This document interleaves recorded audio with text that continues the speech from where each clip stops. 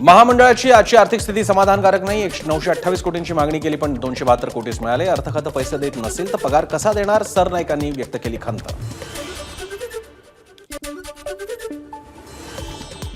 शासकीय कर्मचाऱ्यांप्रमाणे एसटी कर्मचाऱ्यांचा पगारही वेळेत द्या, प्रताप सरनाईकांची मागणी. आमच्या खात्याची फाईल अर्थमंत्र्यांकडे जात नाही, ही शोकांतिका, सरनाईकांचं वक्तव्य.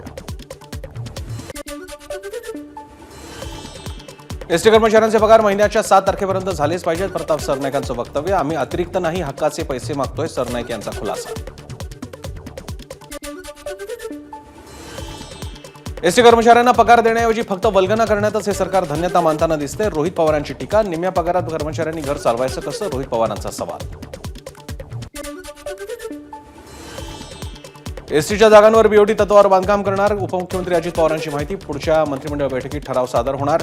एसटीच्या जागांवर 60 वर्षांसाठी बीओटी करारावर बांधकाम. मुंबईच्या गोराई बेस्ट बस डेपोमधील कंत्राटी बस चालक आज संपावर. चालकांना वेळेवर पगार नसल्यानं पुकारला संप. मुंबईतील 26/11 हल्ल्यातील मुख्य आरोपी तहबूर राणाला 18 दिवसांची एनआयए कोठडी. दिल्लीच्या विशेष न्यायालयात राणाच्या रिमांडवर सुनावणी.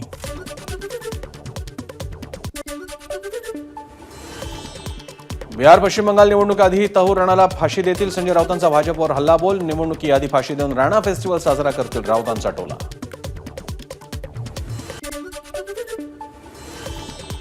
तहबूर राणा संदर्भात संजय राऊत मूर्खासारखी विधानं करतात, त्याला उत्तर देत बसणार नाही, मुख्यमंत्री फडणवीसांची प्रतिक्रिया.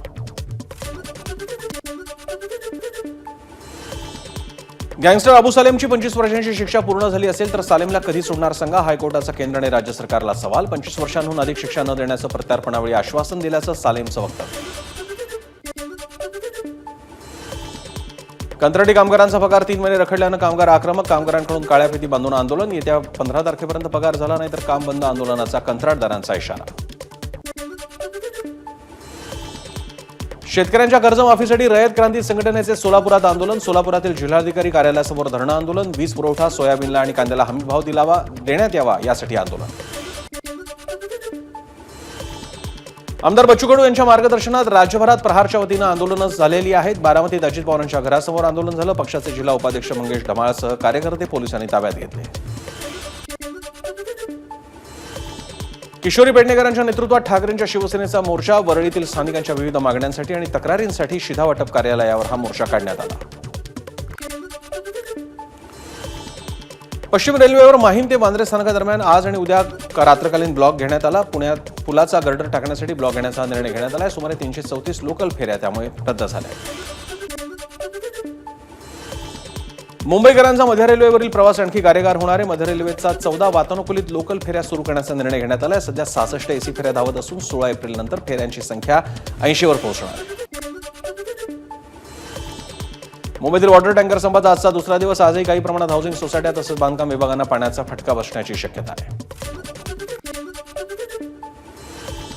सोलापूर शहरात ठिकठिकाणी दूषित पाणी पुरवठा का होतोय याच्या कारणांचा शोध घेण्यासाठी रोबोटिक्स तंत्रज्ञानाचा वापर करण्यात येतोय. पाणी प्रश्नावर महापालिकेकडून वॉर रूमची देखील निर्मिती करण्यात आली आहे. सलग 3 दिवस पुणेकरांनी 40शी पार तापमान सहन केल्यानंतर काल तापमानात किंचित घट झाली. त्यामुळे उकाड्यापासून पुणेकरांना काहीसा दिलासा मिळाला.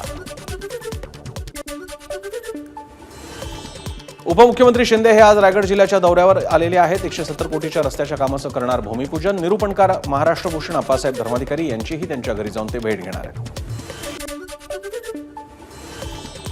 रायगडावरील वाघ्या कुत्र्याची समाधी हटवा, खासदार उदयनराजे यांनी मागणी केली आहे. रायगड म्हटलं की शिवरायांची प्रतिमा आठवते की वाघ्या कुत्र्याची, असाही सवाल त्यांनी पत्रकारांना विचारला.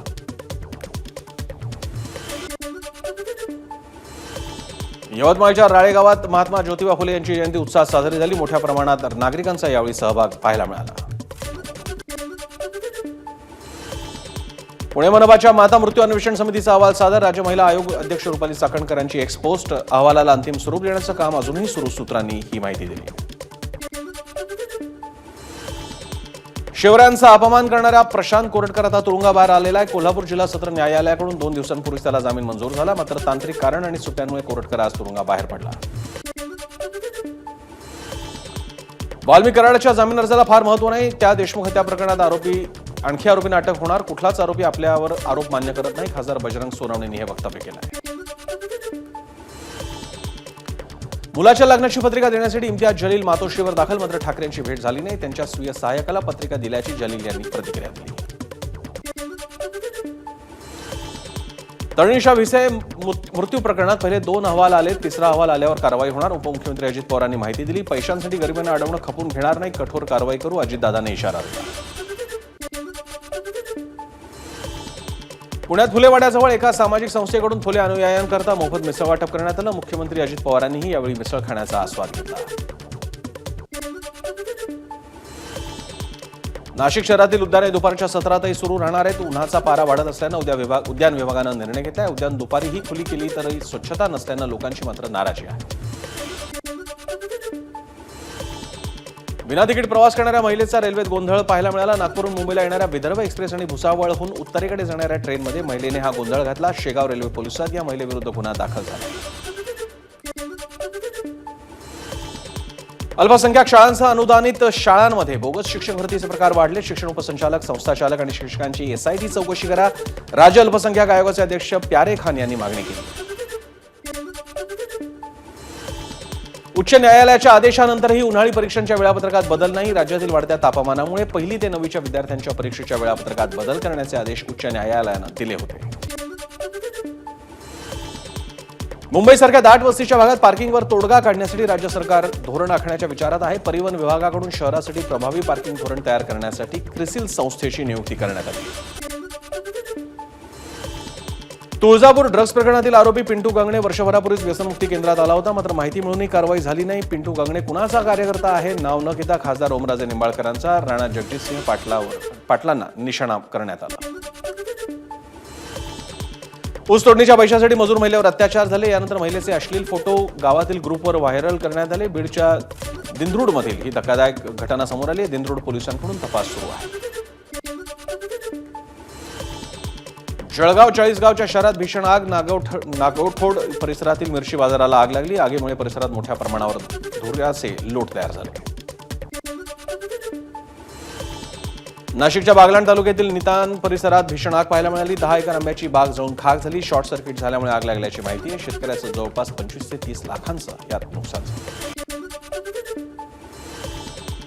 बारामतीतील कोऱ्हाळे खुर्द गावातील 16 वर्षाच्या मुलाच्या छाला कंटाळून आत्महत्या. विशाल गावडे लग्नासाठी दबाव टाकत असून नकार दिल्यास कुटुंबियांना जीवे मारण्याची धमकी देत होता. या प्रकरणी चौघांविरुद्ध आता गुन्हा दाखल झाला आहे. वीज पडून बिहारमध्ये 29 तर उत्तर प्रदेशात 22 जणांचा मृत्यू झाला. उत्तराखंडमधील चमोलीमध्ये ढगफुटीमुळे प्रचंड नुकसान, तर केदार खोऱ्यातही पावसाचा हाहाकार पाहायला मिळाला. अभिनेत्री सई तामणकर लावणीवर थिरकणार. सई कायम तिच्या कामानं चाहत्यांना आनंद देत असते. अशात आता लवकरच देव माणूस या चित्रपटात सई पहिल्यांदा लावणी करताना दिसणार आहे. विकी कौशलचा छावा चित्रपट आजपासून नेटफ्लिक्सवर पाहता येणार आहे. आले राजे आले असं कॅप्शन देत नेटफ्लिक्सनं छावा सिनेमाची तारीख चाहत्यांसोबत शेअर केली. आयपीएलचा या सीझनचा 25वा सामना कोलकाता नाईट रायडर्स आणि चेन्नई सुपर किंग्समध्ये होणार आहे. संध्याकाळी 7:30 वाजता चेन्नईच्या एम.ए. चिदंबरम स्टेडियमवर हा सामना रंगणार आहे. मोहम्मद रिझवान पाकिस्तानच्या एकदिवसीय संघाच्या कर्णधार पदाचा राजीनामा देण्याची शक्यता आहे. चॅम्पियन्स ट्रॉफीत योग्य वागणूक न मिळाल्यानं रिझवान नाराज होता. अंतिम 11 खेळाडूंच्या निवडीच्या संपूर्ण अधिकाराची रिझवाननं मागणी केल्याची माहिती आहे. आयपीएलमध्ये विराट कोहलीच्या नावावर आणखी एका विक्रमाची नोंद झाली. आयपीएलमध्ये विराटचा 1000 चौकारांचा विक्रम आता झालाय. दिल्ली कॅपिटल्स विरुद्धच्या सामन्यात विराटनं 1000वा चौकार मारला. एबीपी माझा, उघडा डोळे बघा नीट.